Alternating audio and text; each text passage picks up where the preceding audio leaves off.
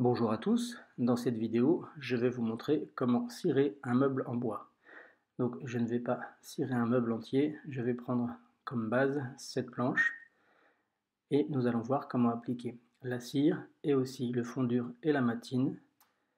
Donc pour cela, nous allons utiliser de la mèche de coton, du fond dur, qui n'est pas obligatoire mais qui pour les bois très exposés va permettre de les isoler un peu plus et de les rendre moins perméables.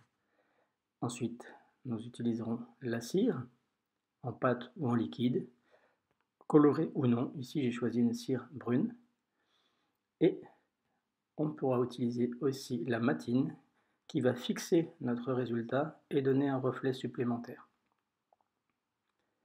Encore une fois, on pourrait utiliser uniquement la cire. Le fond dur et la matine viennent en protection supplémentaire pour les meubles très exposés. Donc, voici l'application du fond dur. On utilise de la mèche de coton que l'on vient charger de produit et que l'on va faire pénétrer dans le bois. Il va remplir les pores du bois et sur les parties exposées, dessus de tables, dessus de meubles, sur lesquels on serait amené à poser des verres, des tasses qui pourraient se renverser, cela va permettre d'isoler le bois et que les projections ne pénètrent pas trop profondément à l'intérieur. Donc on n'en met pas trop, parce que sinon la cire ne pourra plus accrocher, ne pourra plus pénétrer dans le bois. On voit que ma planche se fonce légèrement lors de l'application du fond dur, mais au séchage, cela va s'éclaircir et le fond dur ne se verra quasiment plus. Il fonce très peu le bois. Nous allons d'ailleurs voir tout de suite, après quelques instants de séchage, voilà, mon bois a vraiment éclairci. On voit ici encore la délimitation. Je vais pouvoir continuer d'appliquer mon fond dur.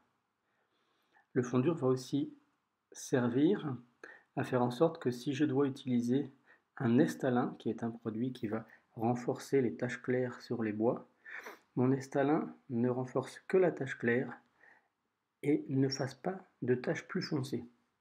Sur un bois où je n'aurai appliqué que de la cire en faible quantité, si j'utilise l'estalin pour masquer une tache claire, il risque d'aller trop loin et de faire une tache foncée. Nous allons maintenant appliquer la cire en pâte. Donc de la même façon, on prend une mèche de coton qu'on va pouvoir, après application, laisser dans la boîte et la refermer pour l'utiliser plus tard. Donc on charge généreusement la mèche de cire et on vient appliquer, comme si on voulait faire pénétrer généreusement cette fois-ci, la cire sur le bois. Je préfère utiliser la mèche de coton, je trouve ça plus pratique et plus agréable. On pourrait utiliser aussi un chiffon ou un pinceau, mais le pinceau peut laisser des traces d'application, surtout si on laisse la cire sécher trop longtemps. Donc on va conserver le pinceau pour les moulures ou les parties difficiles d'accès. Quand on a fini de cirer l'objet en question, on va pouvoir commencer à lustrer. Donc je vais cirer le reste de ma planche. La voilà cirée complètement et complètement mate. Donc on va commencer à lustrer avec une brosse manuelle ou mécanique pour ôter l'excédent de cire et commencer à faire briller. Ici j'ai choisi une brosse mécanique que je pourrais éventuellement recouvrir d'un disque de peau de mouton et je vais commencer à lustrer. Donc on va voir tout de suite la différence de reflet, vous voyez, entre là et là. Alors si le reflet est difficile à obtenir, ça peut être qu'on a laissé la cire sécher trop longtemps ou qu'on n'en a pas mis assez. Donc on insiste un peu et si le brillant ne vient pas tout de suite, on peut éventuellement recirer.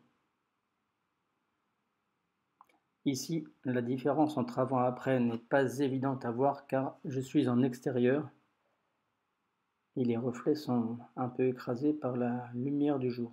Mais on verra tout à l'heure que quand je mettrai cette planche en intérieur, on se rendra vraiment compte de la différence.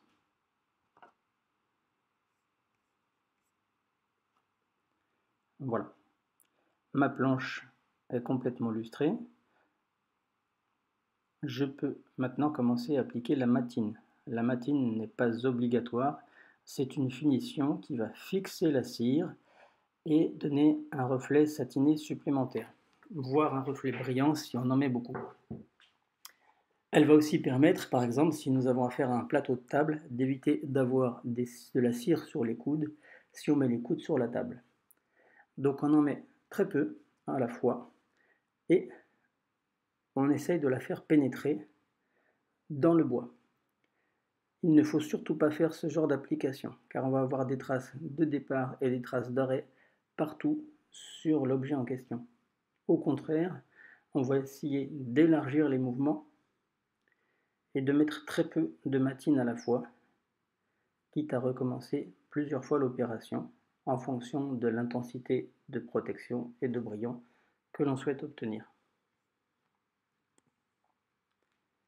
La matine appliquée de cette façon sèche très vite, donc on va pouvoir renouveler les voiles d'application assez souvent.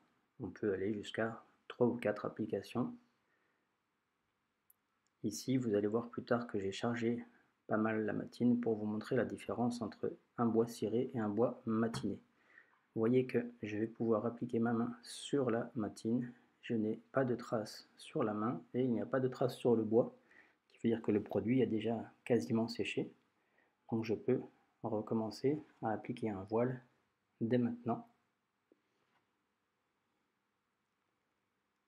et venir charger de plus en plus jusqu'à être satisfait du résultat obtenu.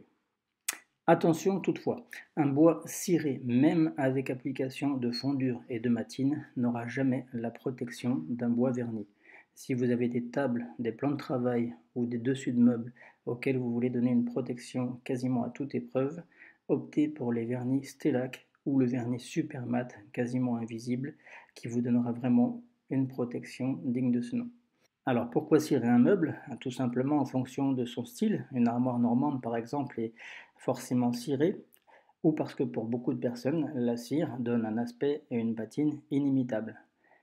L'application de la cire permet aussi de faire de petites réparations au local en cas de dégâts, de taches ou autres. Et voilà, nous allons retrouver notre planche en intérieur, comme je vous l'avais dit, pour vous montrer cette fois-ci le reflet à la lumière artificielle. Donc voilà la partie cirée sur laquelle on voit quand même pas mal de reflets.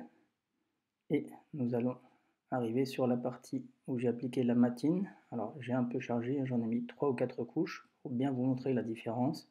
Mais on voit vraiment un reflet supplémentaire. À savoir que l'on peut appliquer la matine sur la cire et la cire sur la matine pour pouvoir entretenir le bois. C'est compatible dans tous les sens. Merci à tous d'avoir suivi cette vidéo. Au revoir et à bientôt.